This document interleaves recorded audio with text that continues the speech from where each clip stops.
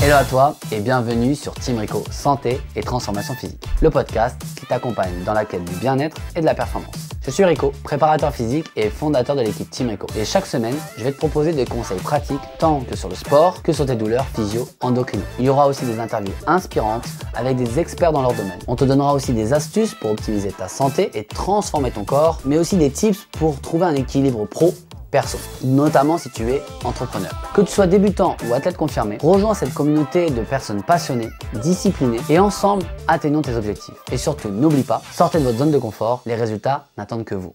Salut tout le monde, j'espère que vous allez bien. Donc, nouveau podcast dans la chaîne Team Rico. Aujourd'hui, on va parler donc du microbiote intestinal avec Emmanuel. Salut Emmanuel. Bonjour Rico, bonjour tout le monde.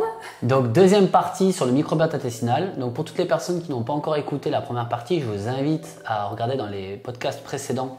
On avait parlé justement de la première partie du microbiote, c'est-à-dire la bouche, l'estomac, le nerf vague. Donc, si ça ne vous parle pas, je vous invite obligatoirement d'aller regarder d'abord cette première partie, parce que là on va enchaîner sur la deuxième partie où Emmanuel va commencer à parler un peu plus en précision du système digestif et on va vous montrer un peu les symptômes du quotidien par rapport à ce système digestif, qu'est-ce qui en découle et bien sûr les protocoles de santé qui peuvent être adaptés. D'accord ? Donc on a pas mal de temps, on a pas mal de travail, donc restez bien posés avec nous. Aujourd'hui en plus on a la chance de se voir pour la première fois. Donc on va en profiter et on va parler de tout ça ensemble. Allez go, c'est parti. Du coup, on va parler du système digestif. Qu'est-ce que tu pourrais déjà leur dire? Plus précisément la microbiote. Tout à fait. Et l'écosystème intestinal en fait. C'est là qu'on va se focaliser pour ce podcast. Exactement. Donc du coup, c'est la plus grosse étape. Voilà, j'aimerais un petit peu expliquer un petit peu la composition en fait. Ouais, complètement. Si ça semble que c'est très important. Très important, ouais.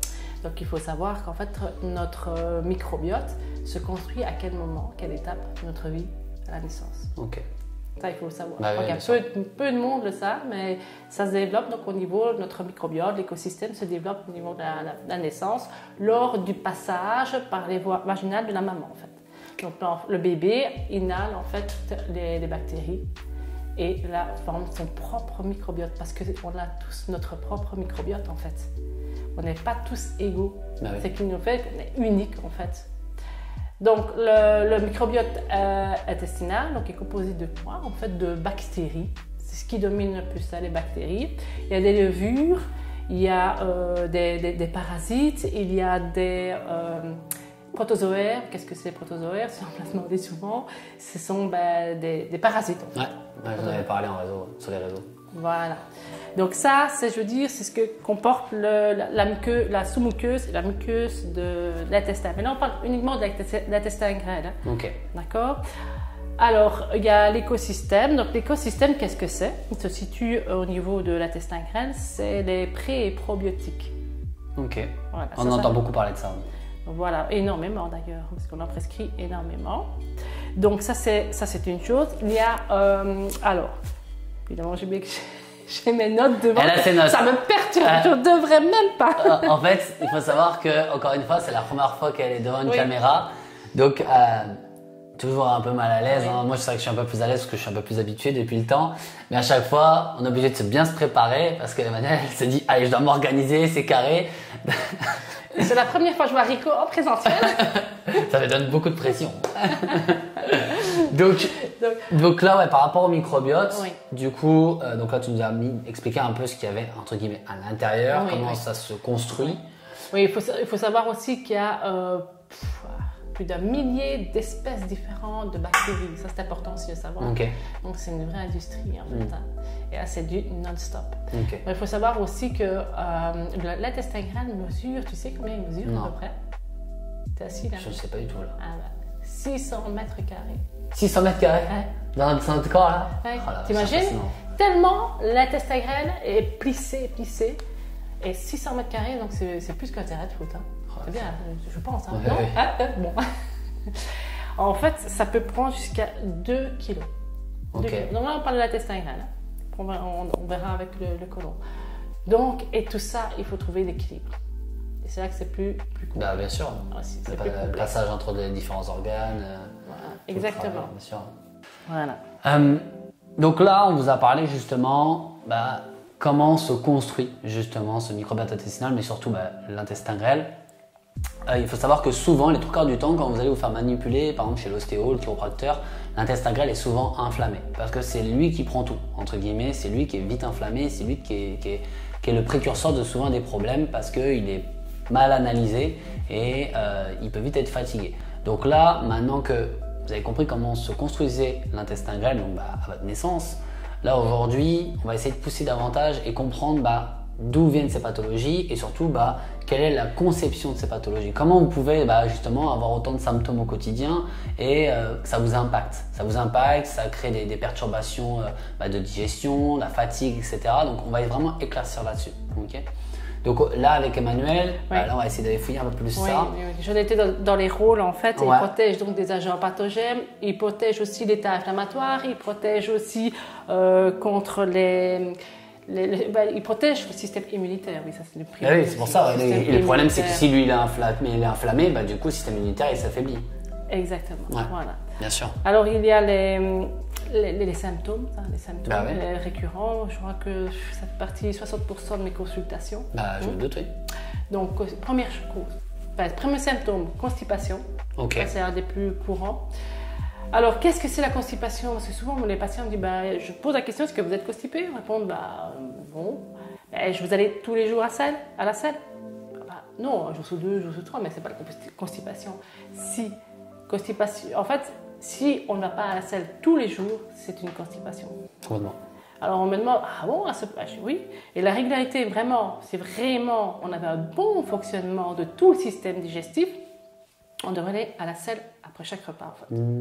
Là, tout le monde me dit, après chaque... Oui, ça, c'est un bon système. C'est que tout fonctionne normalement. Donc ça, la constipation, il y a les diarrhées. Bien sûr. Donc aussi, mais vraiment en priorité, c'est la constipation, les diarrhées. Il y a aussi les gaz. Alors, il y a les gaz qui sont odorants, les gaz non odorants aussi. Les ballonnements. Ça, le ventre qui est bien gonflé, une fois après le repas, on sent, on a déboutonné son pantalon. Le ballonnement, ça, je pense que... Très récurrent. La plupart des patients. Bien sûr. Et fatigue après le repas aussi. Ça, j'ai souvent ça, mais ça peut venir d'un problème du microbiote. Bien sûr, oui, que ce soit si c'est juste après manger ou 2 heures après manger, ça va avoir un impact. Voilà, tout de suite. C'est pour ça que je demande toujours après quel moment vous ballonnez. C'est souvent directement après le repas ou même 1 heure après le repas. Donc des fois là c'est plus l'estomac, des fois c'est bien sûr. Il y en a qui ont ça du matin jusqu'au soir. C'est horrible. En fait. Bien sûr. Et il y a aussi les maux de tête aussi. Maux de tête, migraine. Oui, les migraines. Ça peut être dû à un trouble au niveau de l'écosystème ou du microbiote. Okay. Il peut y avoir un déséquilibre. Ça aussi, ça peut être... donc on appelle ça des migraines digestives. Oui, bien sûr. Mais ça peut venir des intestins aussi. Et après, de toute façon, tu fais un mélange de tout ça et c'est ça qui crée de plus en plus de fatigue chronique après à la fin. Exactement. Et plus, malheureusement, ce qui arrive souvent, c'est que les gens, un jour sur 2, diarrhée, ça paraît courant en fait chez eux. Il y a un peu de ballonnement, un peu de spasme, des crampes par exemple. Ça va passer. On verra bien demain. Et puis 1 an, 2 ans, 3 ans, 4 ans, 5 ans se passent et ils sont toujours avec ces troubles-là et finalement ils vivent avec. Mais là, déjà, on pourrait déjà commencer. Donc en fait, si déjà il y a des symptômes, parce que normalement, au départ, c'est asymptomatique. Quand il y a un trouble au niveau du microbiote, on ne sent pas les premières années en fait. Et quand on commence à sentir un des symptômes que je vais expliquer, ou plusieurs symptômes, parce qu'en général c'est au moins 2 symptômes, là c'est qu'on commence une sous-jacente d'une pathologie. Donc là, ça c'est déjà en alerte. D'accord. Donc les gens viennent déjà souvent, je ne dis pas toujours, mais souvent... Trop tard, entre guillemets. Déjà, on sait qu'il y a des perturbations. C'est intéressant, c'est très intéressant parce que du coup ça voudrait dire que, et là c'est la question que je te pose, est-ce que c'est possible que l'on puisse éviter d'arriver à la pathologie avant, du coup? Est-ce que si par exemple une personne, par exemple, elle vient avant d'en arriver avec autant de symptômes, est-ce que c'est possible de prévenir tout ça avant que ça arrive? Oui, une seule chose, c'est l'alimentation. L'alimentation. Avoir une bonne alimentation. Variée, équilibrée. Ah oui, équilibrée, oui. Ça, c'est indispensable. C'est la clé, en fait. Il y a aussi, comme j'ai expliqué tout à l'heure, que notre microbiote, et en fait, se développe dès la naissance. Donc, par exemple, s'il y a une naissance par césarienne, ça arrive de plus en plus souvent. D'accord. Mais là, le nouveau-né n'a pas de maturité au niveau de son microbiote. Ok. Tout à fait, je veux dire, normal, comme Bien sûr, un enfant né par voie basse. Donc là, déjà, je leur conseille déjà des probiotiques, des sources de probiotiques dès la naissance. Et pas n'importe quel probiotique. Pas n'importe quel probiotique. Très important parce que je sais que maintenant, ça, c'est devenu à la mode de prendre des probiotiques dès que vous avez les symptômes qu'on vient de parler, qu'elle vient d'expliquer. Sauf qu'il faut comprendre qu'il y a différentes souches. D'accord, il y a vraiment différentes souches dans le microbiote intestinal, dans les intestins, et que les probiotiques, il en existe vraiment beaucoup de différents. Il y a un millier d'espèces de bactéries différentes. Exactement. Imaginez. Donc si vous prenez des probiotiques qui sont de base pas déformés, dégradés dans votre microbiote et que vous prenez ce probiotique-là, là vous allez recréer un système enzymatique défectueux, vous allez recréer un système inflammatoire. Donc c'est très important de savoir quelles sont les souches qui sont inflammées. Donc ne prenez pas probiotiques dès que vous avez un ballonnement. C'est très important de savoir la souche. Ça, je préfère le dire parce que c'est devenu à la mode maintenant de tout le monde. T'as un problème, un ballonnement, prends probiotique. Voilà. Ah non, prends prébiotique, ça change. Les gens, ils sont un peu déformés sur tout ça. Et il y a plusieurs laboratoires qui conçoivent des formes de probiotiques, prébiotiques aussi, la nourriture des probiotiques. Dans tout azimut, dans tout, donc il faut être extrêmement méfiant. Il faut savoir aussi que les probiotiques ont une difficulté à être résistants à l'acide chlorhydrique de l'estomac. Ok. Donc souvent, certaines souches de probiotiques, il vaut mieux les prendre en gélules gastro-résistantes aussi. D'accord. Tu vois? Pour parler des Maintenant, un bébé, c'est difficile. Mais il y a des souches de bactéries qui sont résistantes à l'acide chlorhydrique, qu'on donne au nouveau-né, évidemment, en liquide, il y a en petites gouttes. Mais ça, c'est. Voilà. Si c'est une naissance par césarienne, il faut directement. Déjà là, tu vois, ça me donne une piste chez un patient. Je lui dis, est-ce que vous êtes donné par voie basse et l'allaitement. C'est intéressant parce que ça voudrait dire que même déjà depuis petit, tu devrais faire attention à ton microbiote. Ça peut déjà aider. Donc déjà, ça me donne une piste. Bien sûr. Les patients qui viennent chez moi, parce que à la naissance, comment ça s'est passé, vous avez été allaité ou pas, ça c'est important. Okay. Dans l'allaitement maternel, il y a toutes les souches, il y a plusieurs souches de prébiotiques, oligosaccharides, c'est indispensable. Ok. C'est meilleur, hein. Les meilleures sources, c'est l'allaitement. Hein. Donc ça, j'encourage même toutes les futures mamans d'allaiter leur bébé. C'est vraiment, là, on construit en fait leur santé. Le microbiote. Pour moi, c'est déjà, prévenir, c'est déjà ça. Oui, c'est ça. Maintenant, tout le monde n'a pas l'occasion. Il y a des femmes qui n'ont pas l'occasion d'allaiter. Elles ne savent pas, pour quelle raison, elles n'ont pas envie. Et ça, il y a toujours moyen d'y remédier. Bien sûr, toujours de Je pense qu'il faut, maintenant il faut consulter assez tôt, un naturopathe ou un nutrithérapeute, mais c'est ça. Donc là, on peut prévenir, oui. Et alors, il y a l'alimentation. Et de quoi se nourrissent nos bactéries, en fait? De notre alimentation. Bien sûr. Tout simplement. Bien sûr. Donc, si vous mangez des aliments trop gras, trop sucrés, ça va perturber notre écosystème en fait. C'est là qu'il peut y avoir beaucoup de troubles. Si par exemple je questionne sur un patient, quelle est votre alimentation générale?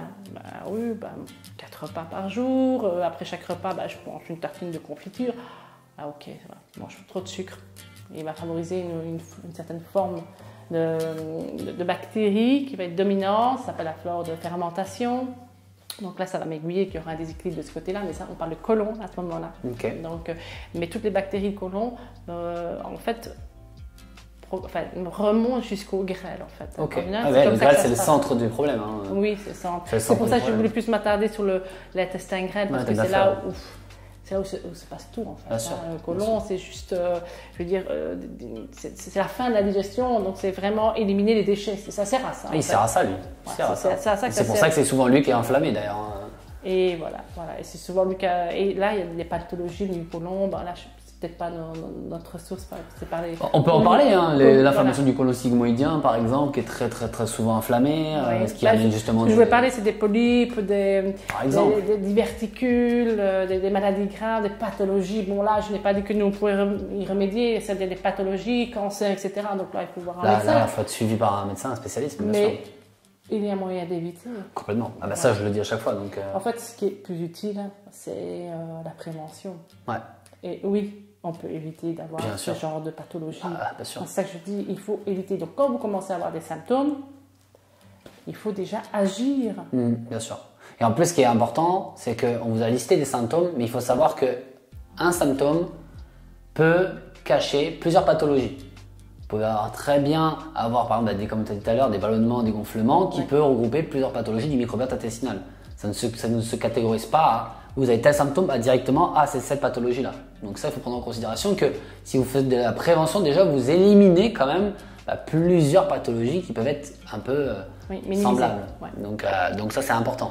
Et est-ce que du coup, là, tu arriverais à nous catégoriser pour toutes les personnes qui vont écouter justement les pathologies qu'on peut avoir avec l'intestin grêle, les pathologies qu'on peut retrouver à cause des symptômes que tu nous as cités? Oui, alors il y a aussi une petite chose que j'aurais bien voulu expliquer aussi au niveau de la prévention. Tu vas dire, oui, c'est important, c'est le stress.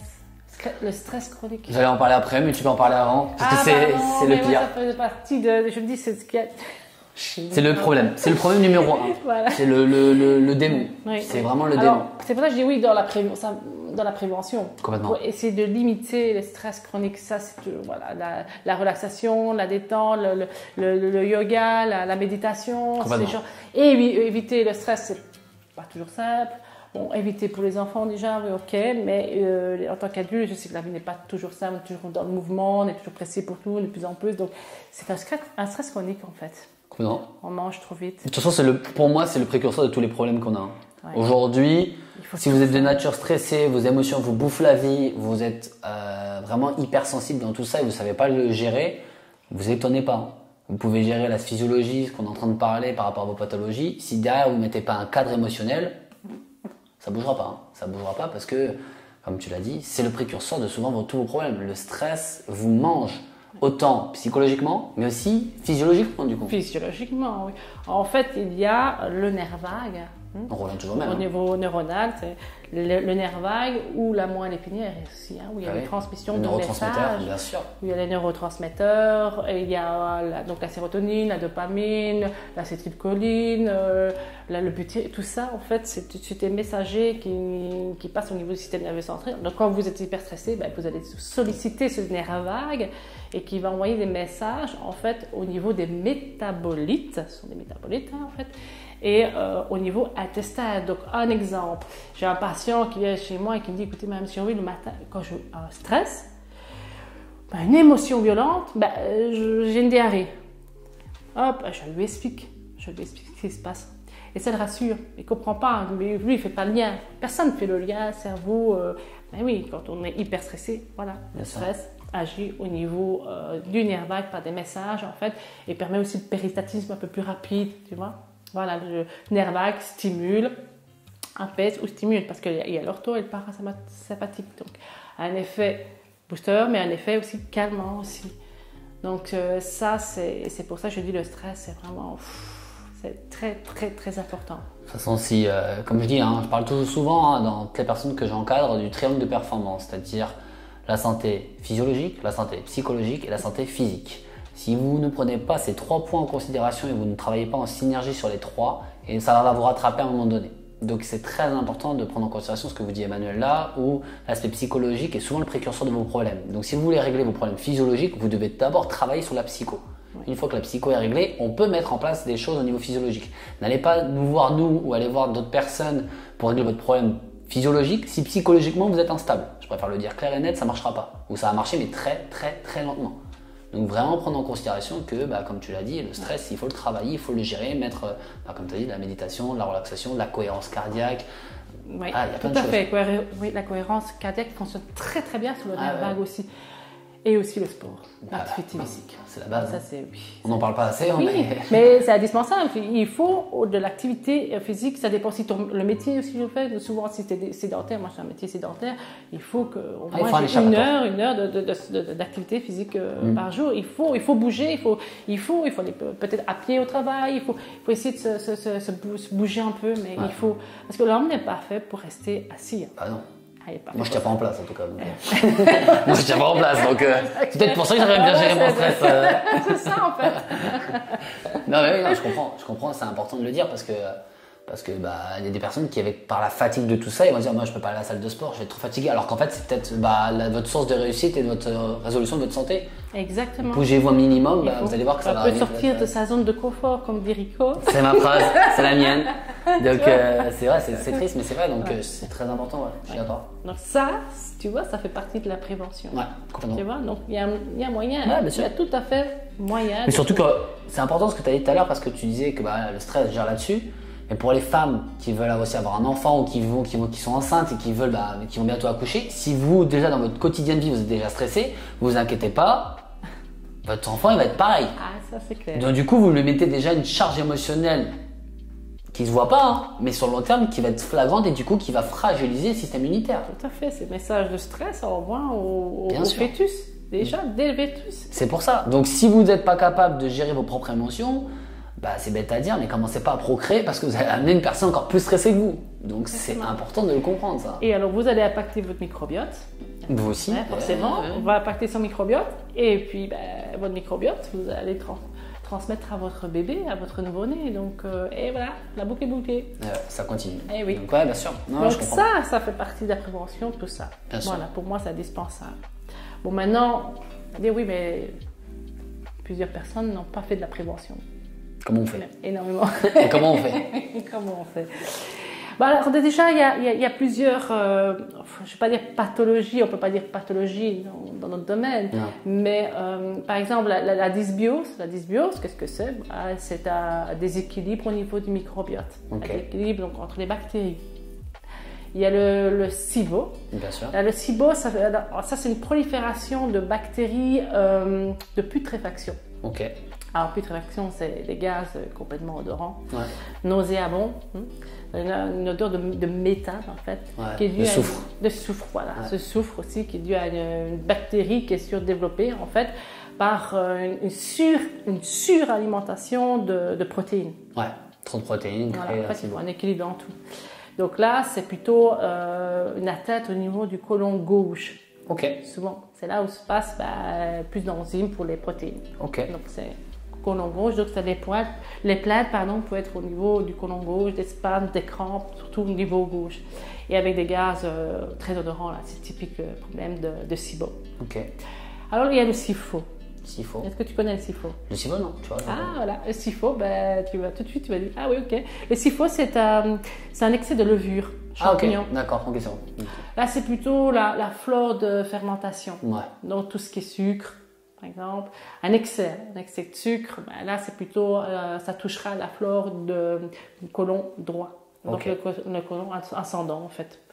Voilà, le côlon ascendant et il y a le côlon descendant qui est le côté gauche, la flore de putréfaction. Donc, la flore de fermentation se trouve au côlon droit et la flore de putréfaction, côlon gauche.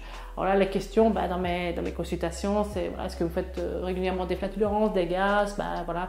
Ah bah oui, moi c'est plutôt odorant, plutôt non odorant, donc ça me met. Ça te redirige bien sûr. SIBO, SIFO.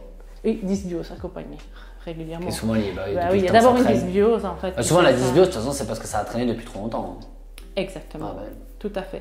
Et il y a la perméabilité intestinale. L'hyperperméabilité, ça, oui, c'est un état inflammatoire des intestins.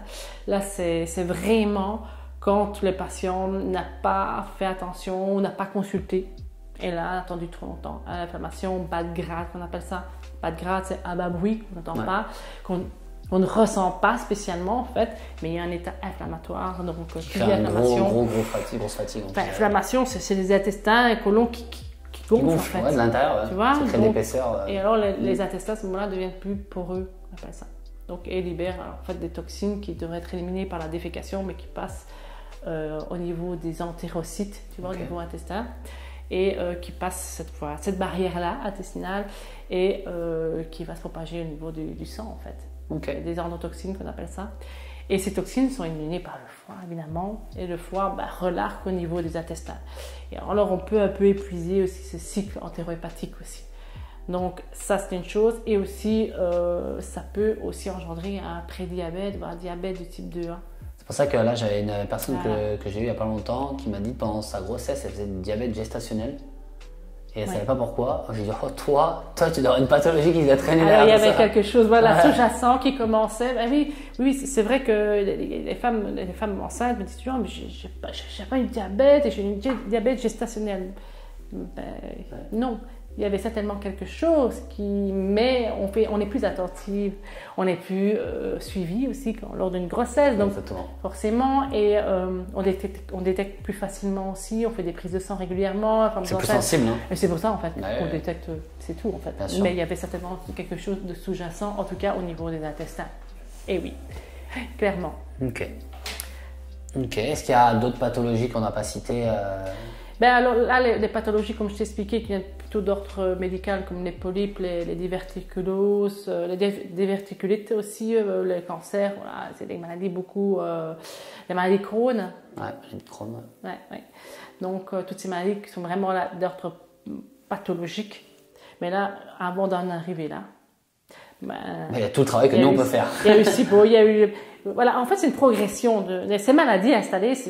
Malheureusement, on plus vous traînez, plus ça va être chronique. En fait, on pourrait éviter d'avoir Bien toutes sûr. ces maladies. Bien Dès sûr. que vous avez une plainte ou deux, que j'ai expliqué tout à l'heure, mais déjà là, il faudrait agir pour éviter d'avoir une pathologie. Et cancer du côlon, parce que cancer du côlon, il faut en parler, il y en a beaucoup. Il y en a de plus en plus. Et tu sais que quand on détecte le cancer en stade 1, qu'on détecte, c'est un des cancers qu'on peut éradiquer le plus vite possible et éviter que ça tourne mal. Ouais. On t'enlève une partie du côlon et c'est tout à fait soignable à 100%. De toute façon, il y a tellement de choses qui peuvent être mises en place, mais comme c'est pas connu par le grand public, donc ça y joue énormément. Donc, mais tout à l'heure, tu parlais justement des précurseurs de tout ça qui arrivait. Donc, tu parlais justement de naissance peut-être plus tôt prévue. Oui. Tu parlais du stress. Oui. Il peut avoir, parce qu'on n'en a pas parlé, mais parce qu'on parlait vraiment de ces deux-là, parce que souvent c'est ce qui arrive, les trois quarts du temps, le stress qui est le best. Oui, mais il faut aussi penser aussi aux dérèglements hormonaux qui peuvent aussi apporter une perturbation au niveau.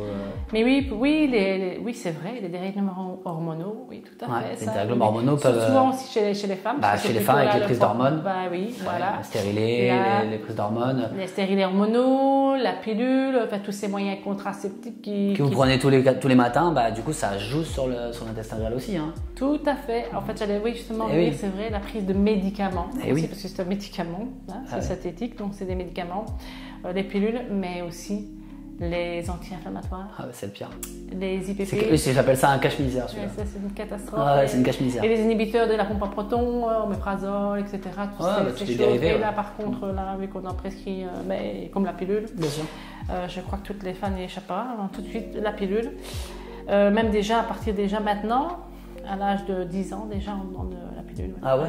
Pour éviter en fait l'acné, les douleurs, alors qu'il y a des tas de plantes. Ça sera peut-être un sujet un petit peu à discuter par rapport aux équilibres. Même jeunes comme ceci, il faut s'y prendre tôt. Il y a un moyen de bien rythmer, mais il y a aussi les antibiotiques.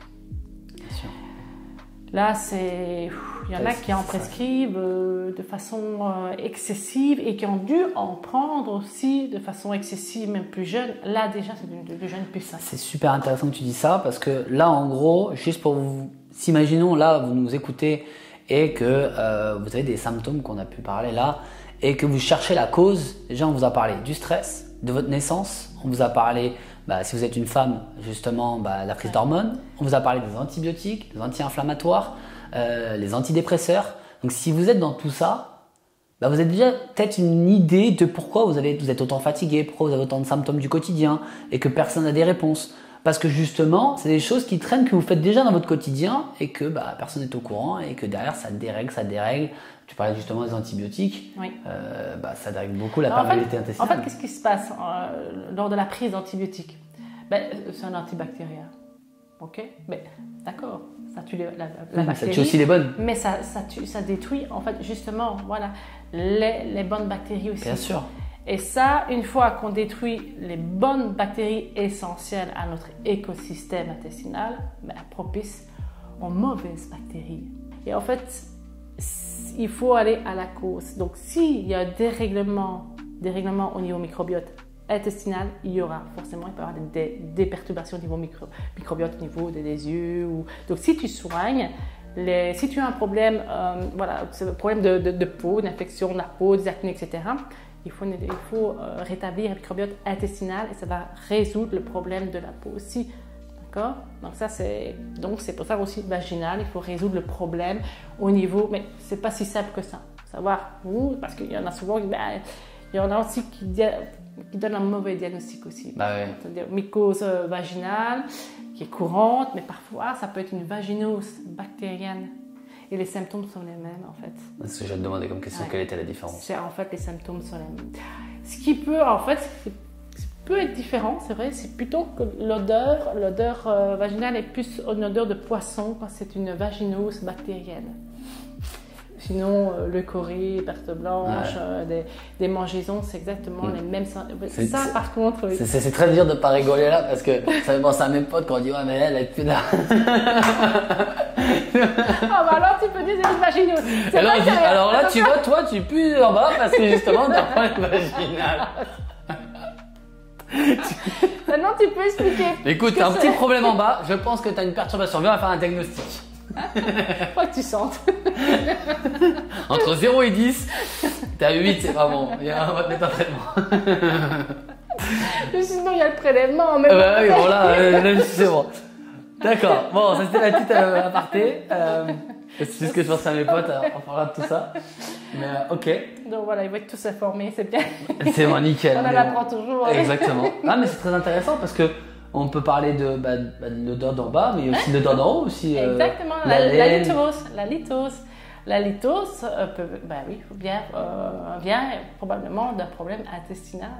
Tout à fait. Parce que les bactéries, on a parlé de côlon, on a parlé d'intestin, mais ces bactéries peuvent remonter au niveau du système de prolifération. Mais oui, peuvent remonter jusque dans l'estomac aussi, forcément.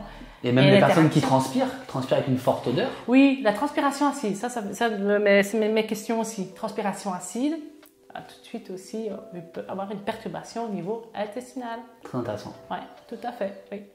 En fait, il faut regarder tout le processus de bon fonctionnement de tout le système. C'est un circuit. La bouche, c'est un circuit. En fait, s'il y a un problème au niveau de l'estomac, forcément, il y aura un impact sur l'intestin.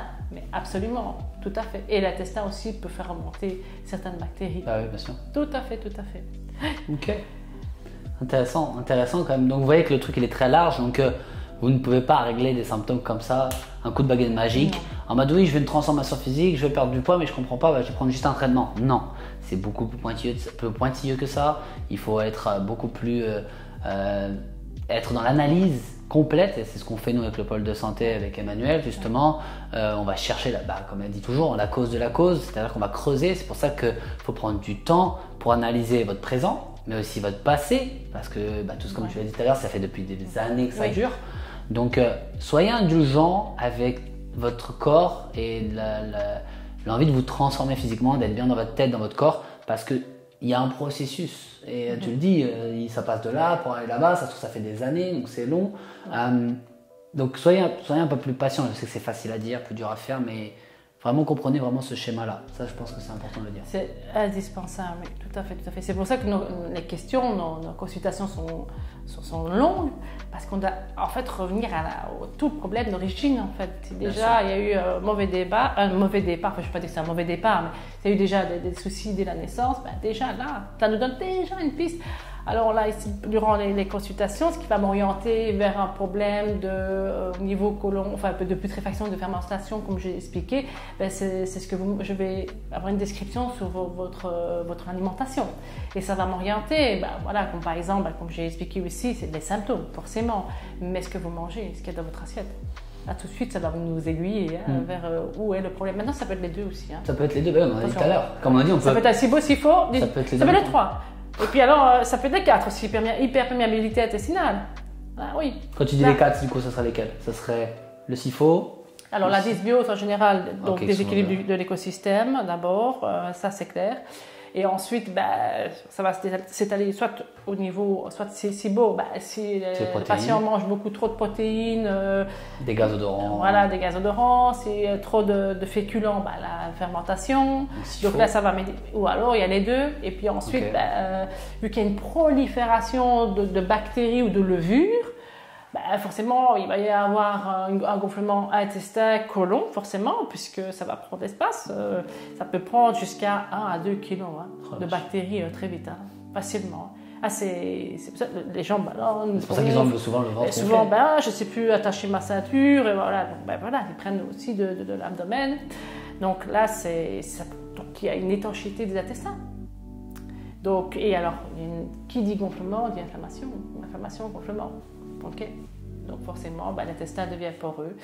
Et là, une hyperperméabilité. Et là, je ne veux pas dire que c'est compliqué, on peut tout à fait y remédier, bien sûr. de façon naturelle. C'est toujours des traitements, bien sûr. Ça, on a j'ai des super beaux résultats, c'est pas un problème. Mais là, attention, si vous n'y veillez pas, là, il risquerait d'avoir des pathologie chronique, ça va partir à prendre auto-immune, bien sûr. À éviter. Donc, il y a un moyen. C'est toujours mieux d'éviter un traitement à vie. Hein. Oui.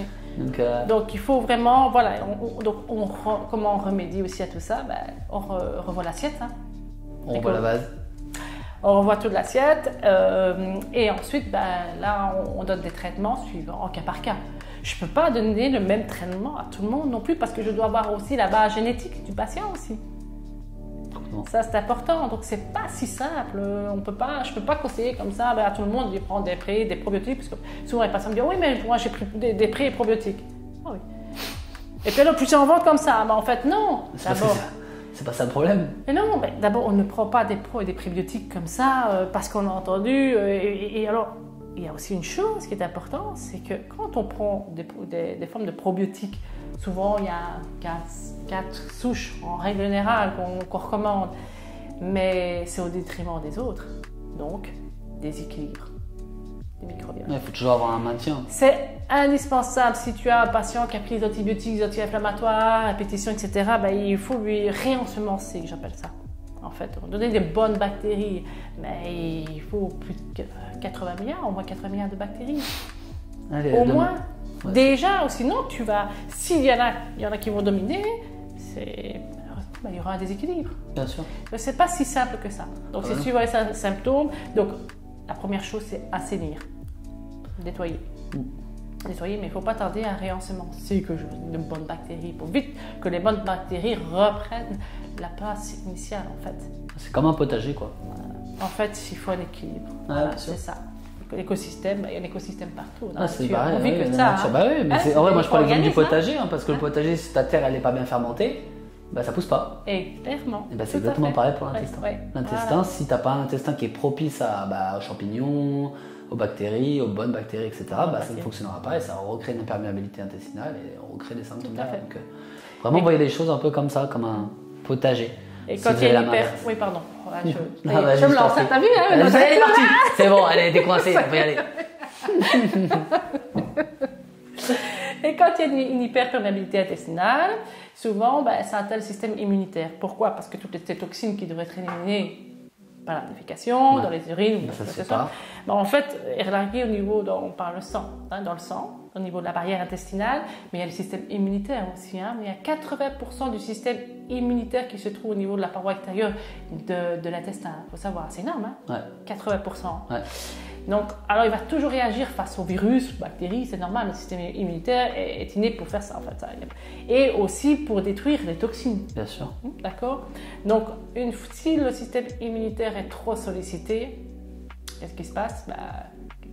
Il va être exacerbé. Donc, qu'est-ce qu'il va faire? Il va se retourner sur ton corps. Maladie auto-immune. Il peut y avoir aussi des troubles allergiques, dans une réaction aussi de la peau, parce que la peau est une muqueuse aussi, donc il peut y avoir d'autres problèmes de santé aussi.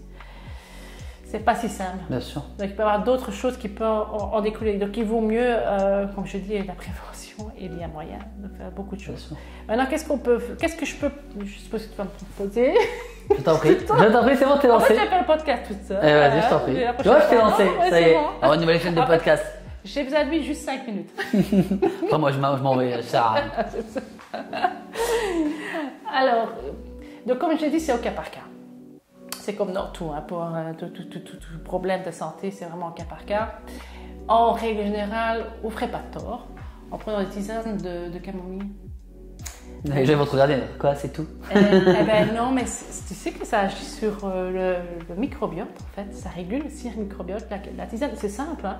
C'est accessible à tout le monde. Et on peut. Une petite camomille, mamie? Allez, on y va. Voilà. Tu veux une tisane de camomille, Rico? Je vais aller dormir comme ça. Non, ça va pas. Moi, ça fait pas un effet que autant en relaxant. Non. Maintenant, en prenant une par jour, déjà, ça peut agir. Tu en prends une par jour. C'est pour ça qu'on est bien aussi, hein, au niveau de digestion après une camomille. Tout à fait, tout à fait. Et en plus, le chaud aussi, donc la tisane, en général, c'est chaud, va stimuler en fait la digestion aussi. Là. Ah oui, attention. Ok. Le chaud stimule, tu vois. Donc, en plus, avec une tisane, voilà, camomille, si on veut, là, pour l'effet au niveau du microbiote, ça équilibre aussi. Alors, il y a le romarin, il y a des épices aussi, toutes les épices, ce que je dis à mes patients, on veut épicer tout. Tu vas pas devoir dire. Alors, qu'est-ce que c'est épicé? C'est pas mettre du sel ou du poivre. Hein. Mais ben, t'es pas du piment aussi. Oh. Parce que j'aime bien le piment, je peux. Oui, vas-y, tu me diras comment tu te passes aux toilettes. Je dis toujours à mes patients, tout ce qui commence par un P, vous essayez d'éviter. Ok. Poivre, piment, paprika. Ok. Voilà. Essayez d'éviter, je ne sais pas dire, mais essayez de minimiser aussi, d'accord? Donc non, il y a d'autres choses comme l'origan.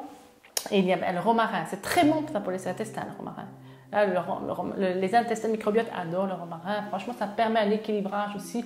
Et c'est un peu un antiseptique aussi, doux. Donc là, on ne peut pas faire d'erreur. On peut faire des tisanes de thym aussi. Ouais, bien sûr. On peut faire des tisanes. Maintenant, il y a la guémothérapie. Il y a tout. Mais le romarin, on peut le prendre sans aucun effet secondaire. Mais surtout qu'en plus, la plupart des épices vertes sont très alcalinisants pour le corps.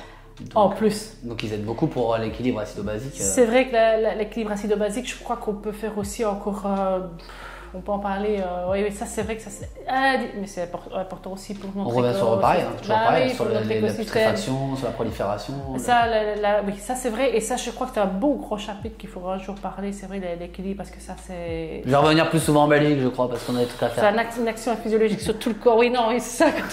Tu restes combien de jours en fait? C'est pas assez, hein? Prolonge, hein? Alors, j'ai parlé donc vraiment des choses de base, mais tout le monde peut l'utiliser, peu importe le problème, SIBO, hyperperméabilité intestinale. Ça, on ne fait pas d'erreur. Alors, j'aime bien, c'est le kéfir. Kéfir? Ouais. Il est très connu en prébiotique, lui. Ouais, voilà. Je me doutais que tu allais dire ça, tu vois. Ouais, oui, franchement, il n'y a pas que ça.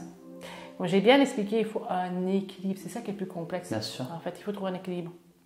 Et en fait, le kéfir contient des probiotiques, des bonnes souches de probiotiques et des levures, des oligosaccharides. Et ça, c'est des bonnes levures. En fait, contient un magnifique équilibre pour la fermentation, tout en fait. Ok. Et c'est vrai que le kéfir, je trouve que c'est... Il y a aussi le kombucha, je crois, de mémoire. Le kombucha aussi, oui. Mais le kéfir est plus riche, un meilleur équilibre en probiotiques, en souches de probiotiques aussi, pour l'homme. En fait, ça c'est vraiment... Oui.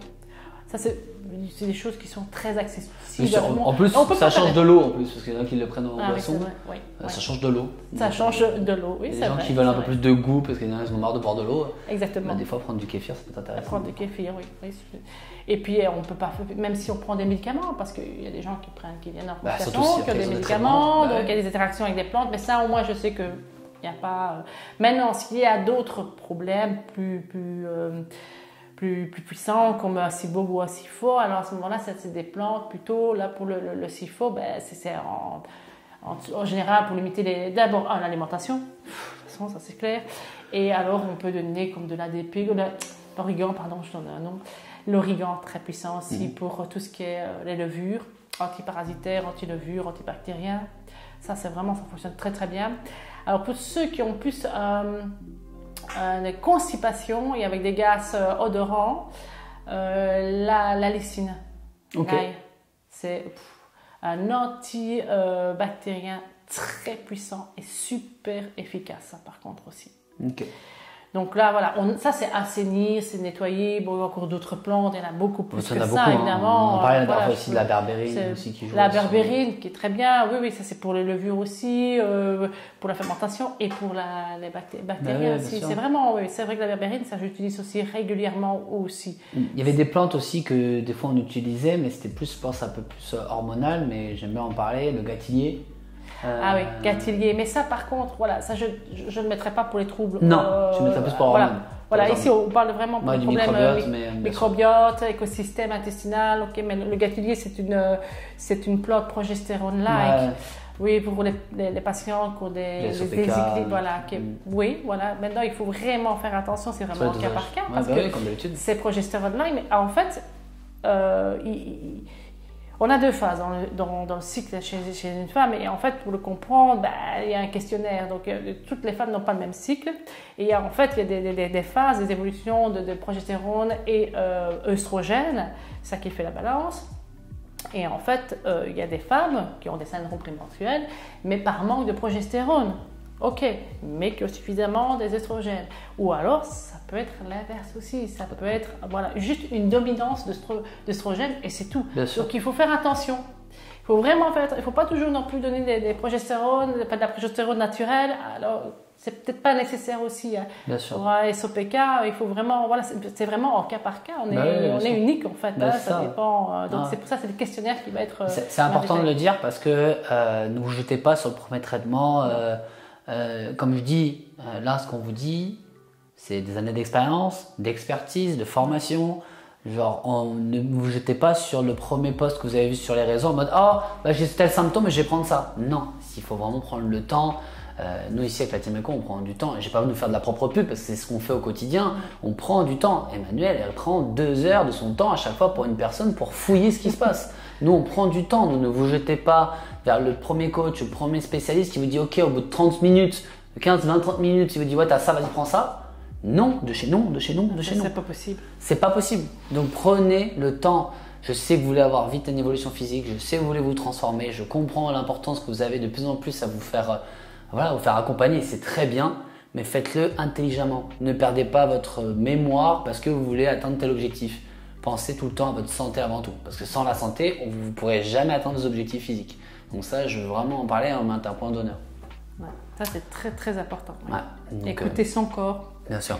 Bien sûr. C'est ce qu'on apprend souvent. Les gens, en général, après une ou 2 consultations, ils apprennent à écouter leur corps et à nous détailler dans le moindre détail. Et là, plus on a de détails, mieux on est précis et plus on sait ce qui se passe par rapport au corps et qu'est-ce qu'il nous reste à régler. Il faut qu'on soit précis, c'est important. C'est de la précision. De toute façon, c'est un métier. Tout à fait. Maintenant, il y a des analyses aussi, des analyses où on peut aller voir aussi, par exemple, s'il y a des patients qui ont des déficiences sélénium, zinc, tout de suite, ça peut être dû à une malabsorption des nutriments. Donc, ça nous met une piste aussi qu'il y a un problème au niveau du microbiote intestinal. Donc, tout ça, c'est des marqueurs, en fait. Les marqueurs, il y a aussi les LPS, il y a la zonuline, il y a encore toutes ces choses-là. Mais il y a moyen aussi de voir par une prise de sang basique, mais malheureusement, c'est pas assez régulièrement, n'est-ce pas, Rico? Bien sûr. Bon, on commente. C'est pour ça qu'on essaie de prescrire au maximum, qu'avec l'équipe, on essaie d'aller fouiller un peu plus loin quand on peut nous se permettre, d'aller faire les prises de sang un peu plus loin, d'aller chercher un peu plus en détail. Donc on a cet échange avec toi, mais aussi avec le docteur Pierre Lamy, de nous aider aussi par rapport à ça. Tu parlais justement par rapport aux tests qu'on pourrait faire pour trouver ces pathologies. Est-ce que tu pourrais en parler davantage? Alors, qui est plus, je veux dire, médical ou... Qui peut être plus médical, ou même terrain, mais les deux, je sais qu'on parlait par exemple le test MOU, les tests qu'on peut aller fouiller plus loin. Oui, les métabolites. Alors, le test MOU, c'est des tests en fait de recherche de métabolites urinaires. C'est urinaire aussi. On peut faire des recherches aussi du métabolome, et ça, c'est les selles. Alors, on fait un prélèvement des selles. Et ça, oui, en tout cas en Belgique, il y a beaucoup de laboratoires qui le font. De toute façon, la plupart des tests, on en avait parlé tout à l'heure, que la plupart des tests, même en France, après sont envoyés en Belgique pour ça. Donc, Tout à fait, oui. Mais donc ici en Belgique, c'est plus accessible, mais c'est vrai qu'en France, on peut envoyer tous les tests, toutes les récoltes peuvent partir ici en Belgique. Et, donc tu as dit test des métabolites et mes tests des métabolomes. Le métabolome, donc ça c'est au niveau des selles.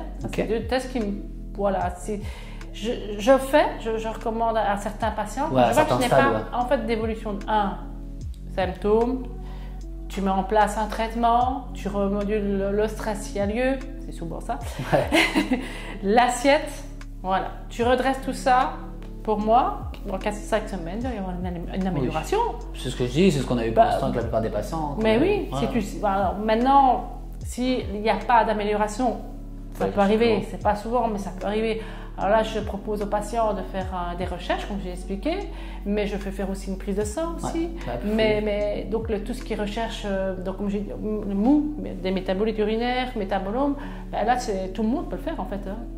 Tu vas au laboratoire ici, tu demandes, je pense, peut-être qu'en France, on ne peut pas faire ça. Non, les tests, il faut aller les chercher depuis la Belgique. Ou sinon, il faut venir nous voir. Peut cocher lui-même et le faire lui-même.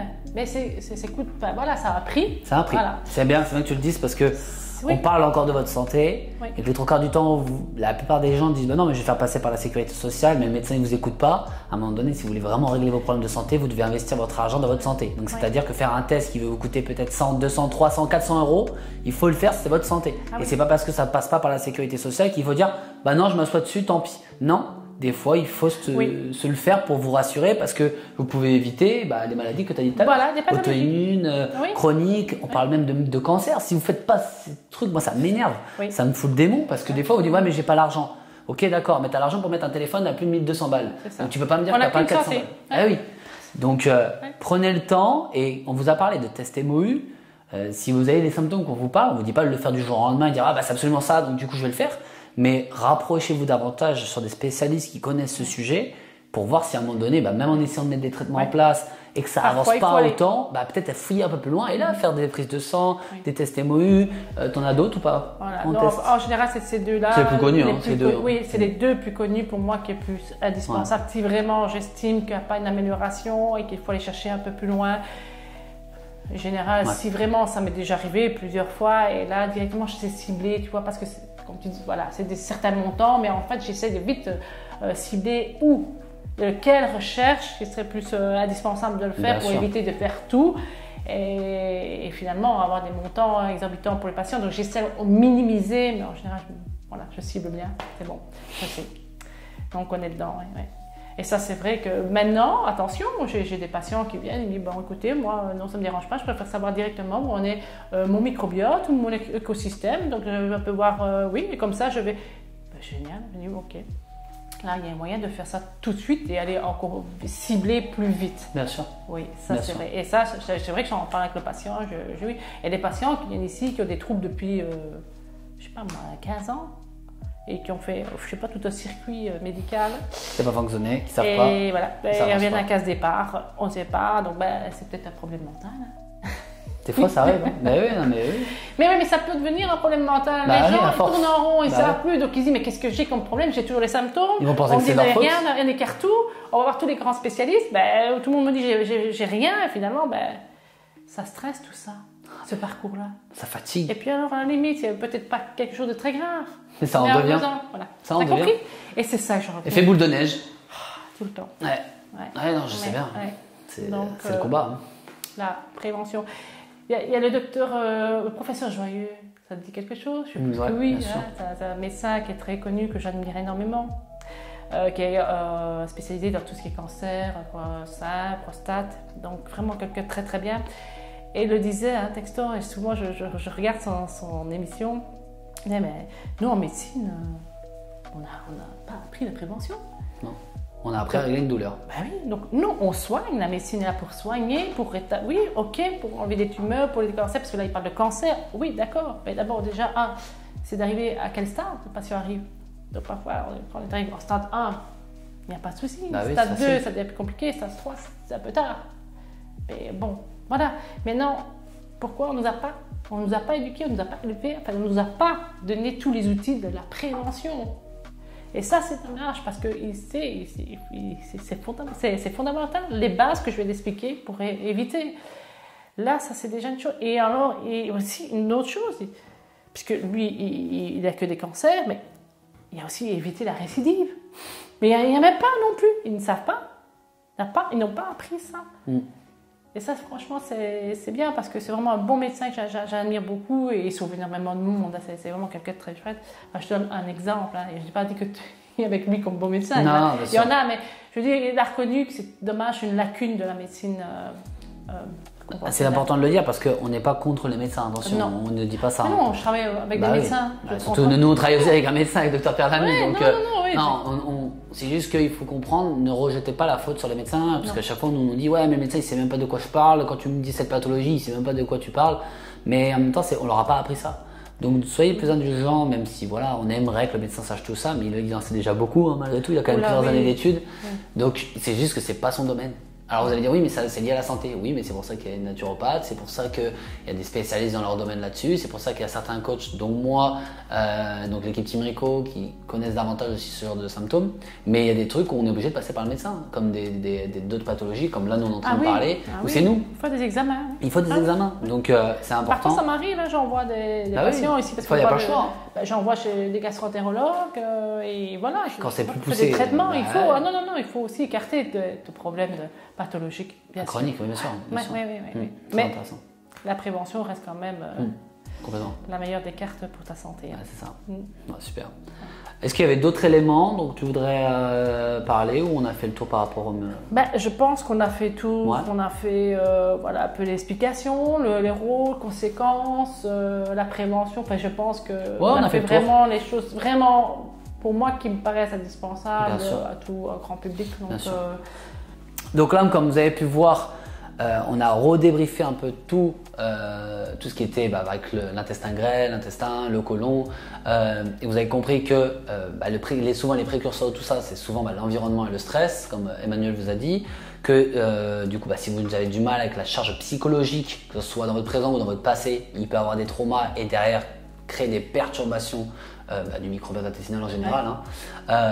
Que la première fois, on a eu dans la première partie, on parlait justement du nerf vague, de l'estomac, la bouche. Et là, vous avez vu qu'il y a d'autres pathologies qui traînent, des syndromes qui vont être justement de l'intestin, comme le SIBO, SIFO, les imperméabilités intestinales, bref, toute la panoplie.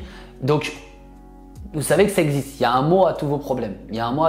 C'est juste qu'il faut aller chercher. On vous a parlé de phytothérapie, de gémothérapie, on vous a parlé de certaines herbes du quotidien. Nutrithérapie aussi. Voilà, tout à fait. Revoir votre alimentation. Vous avez compris que certains syndromes peuvent être par rapport aux protéines, par rapport aux glucides, donc au sucre, votre taux de gras qui n'est pas assez suffisant. On n'en a même pas parlé, mais du sommeil, de la récupération. Ça, c'est clair. Il y a plein de trucs. Le sommeil est important. Voilà, il y a plein de facteurs, donc prenez le temps de tout ça. Et encore une fois, il existe plein de solutions, mais n'attendez pas la dernière minute pour régler tout ce genre de choses en disant ouais mais ça va passer. Non, ça va être de pire en pire et vous allez même plus pouvoir le contrôler et un jour, comme on a expliqué, avoir une pathologie chronique. Donc si on peut l'éviter, ce serait quand même mieux. Clairement.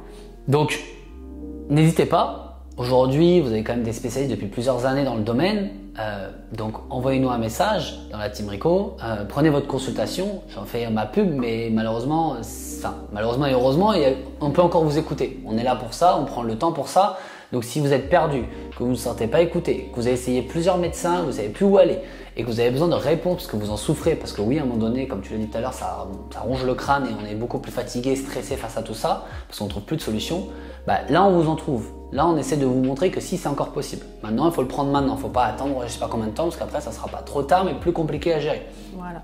Donc, n'hésitez pas à prendre votre consultation avec nous, d'accord, directement sur les réseaux ou par message privé sur Team Rico. Nous, on pourra en parler avec grand plaisir. Et de toute façon, on sera amené à faire d'autres podcasts avec Emmanuel pour parler de d'autres pathologies parce que là, on a tellement. C'est que le début, ça. C'est que le début. Là, on vous a parlé vraiment que du système digestif, du microbiote intestinal, mais il en dérive sur les hormones, sur totalement de facteurs. Donc, je veux vraiment que vous preniez le temps sur tout ça. Encore une fois, merci Emmanuel de ton hospitalité dans ces bureaux en Belgique. Avec grand plaisir, quand tu veux Rico. Ouais, c'était cool. Pour ceux qui ne savent pas, du coup, comme on a dit au tout début, c'est la première fois qu'on se rencontrait en vrai. Oui. Donc, l'histoire est belle et elle ne fait que commencer. Donc n'hésitez surtout pas en tout cas à nous suivre sur les réseaux pour en savoir davantage sur notre fonctionnement. Merci beaucoup. À bientôt. À bientôt. À la prochaine. Allez, salut.